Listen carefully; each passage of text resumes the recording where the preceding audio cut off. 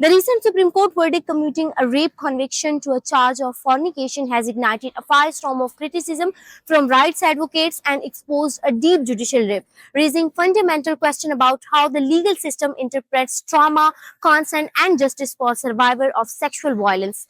The National Commission on the Status of Women (NCSW) issued a sharp rebuke, lamenting that the prosecution evidence and prior judicial conclusions were effectively cast aside.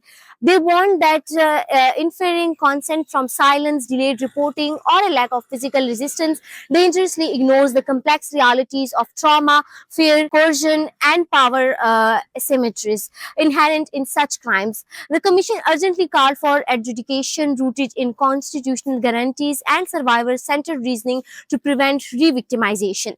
This controversy stems from a majority verdict by Justice Malik Shehzad Ahmed Khan and Akil Ahmed Abbasi, who reduced a 20-year rape sentence to 5 years for fornication. Their decision pivoted on 2 points: a 7-month delay in filing, the absence of heel marks of violence on the victim's body. However, these very points form the core of Justice Salahuddin Peshawar's powerful dissent. He argued that delay is not fatal, especially for a young orphan woman who face threats and the profound stigma of reporting to her own family.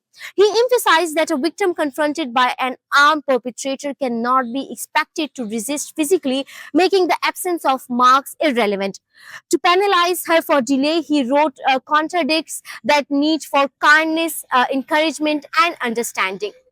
The chance between the majority and dissenting opinions highlights a critical tension in jurisprudence, while some, like former Judge Chaudhry Abdul Aziz, see the majority's cautious view as an attempt to balance interests. The NCSW and Justice Peshawar's dissent underscores a systematic failure. They stress that about a gender responsive lens, one that accounts for societal pressure and the psychology of survivors, justice is elusive.